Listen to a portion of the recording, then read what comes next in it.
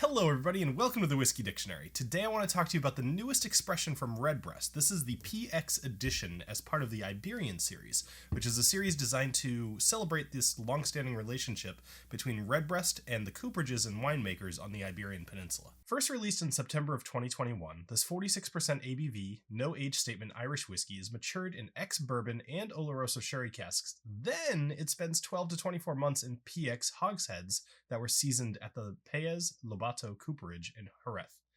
It's made from a mash of malted and unmalted barley, triple distilled, chill filtered, and although I couldn't find evidence that this expression has caramel coloring, the standard Redbreast does. However, the sherry here would impart quite a bit of color, so I'm not sure. So I'll leave that question unanswered.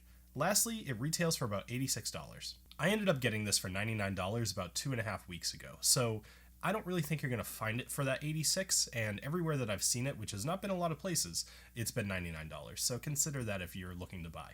Alright, the only other thing I'll mention is that the only other time that Redbreast has used PX Sherry, at least that I could find, maybe there was a special release that I missed, was actually that second release of the Dream Cask, and that is something that people loved, so maybe it's about time that they start experimenting with PX.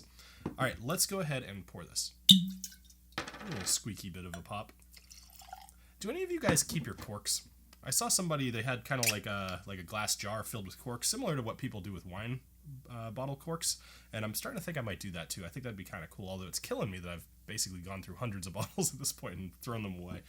I don't typically keep empty bottles or anything like that, but I think it could be kind of fun to keep a cork. Alright, let's go ahead and give this a nose.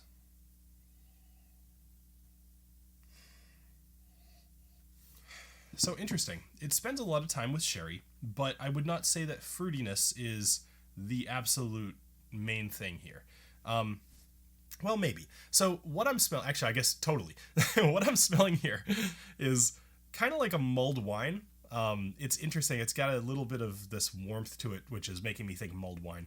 But it smells like red wine that has some spices in it. Something like vanilla, actually, is pretty heavy here. Cinnamon, a little bit of anise, like licorice. Let's see what else. Toffee.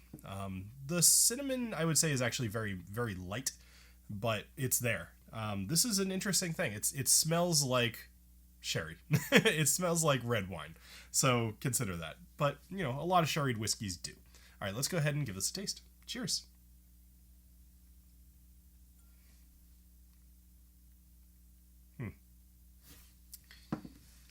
Now, the very interesting thing that I find, the first time that I had this, you know, I drink quite a bit of this, but the very first sip, and I put something up on Instagram about this, I tasted copper the first time I tasted this, and now with Redbreast, I don't typically get that. Obviously, it's made in a copper still, but if it's tasting like copper, then it's probably not great. And I swore I tasted copper. I don't get that anymore, so maybe something was just a little off, and it had, you know, a couple of weeks to breathe. I don't know. Either way, let's not consider the copper. So, as far as the taste of this goes, let's see. Derailed myself a little bit there. So vanilla is extremely heavy. There's quite a bit of this, and that's interesting. It's a little bit woody. Not feeling a ton of the sherry as far as the prevalent notes. More in the way of spices and that kind of intangible, almost indescribable taste that you get with pot stills. Some people even just call it pot still spice, which is kind of a funny descriptor. But there is a very definitive taste to a pot still, and it's definitely got that going on. I would say there's almonds in here, maybe toasted almonds. Chocolate. I think this thing's having an identity crisis. It's triple distilled Irish whiskey, aged in sherry, that tastes like chocolate. What is going on here? I will say that the taste is good. You know, that is always one of these things that I like to just put out there. Is it good? Is it not great? It's great. I like this a lot. So let's see what else we can pick out. Back to the vanilla. This tastes the way that smelling a bottle of really nice vanilla extract smells. It tastes like that.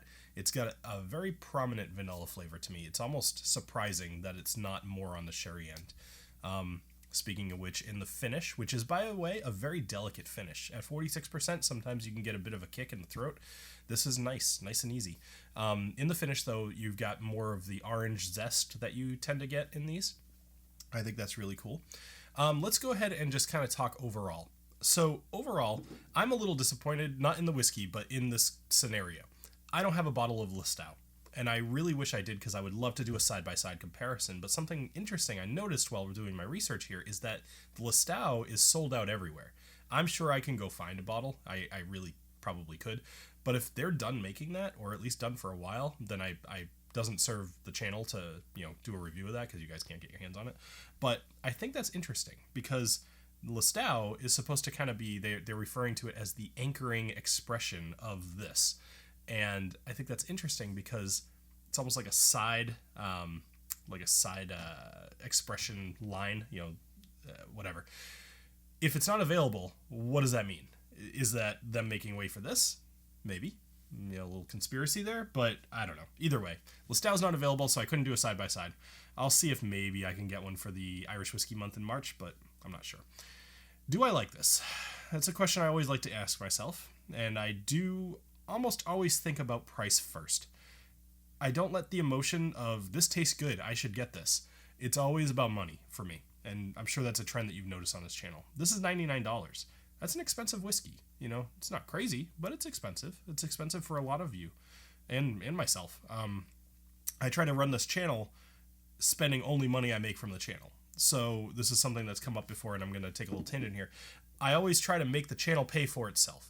And that includes the entire business, which means that I try very hard to think about, if this is like the one bottle I'm buying for this month, is this something that I want to buy? In the case of the Redbreast PX Edition, I think this is a very unique flavor. It's something that I haven't had before, and it's from a brand I love. So I'm personally, and have been, willing to throw down the $100 for this bottle, and I would encourage you to do the same.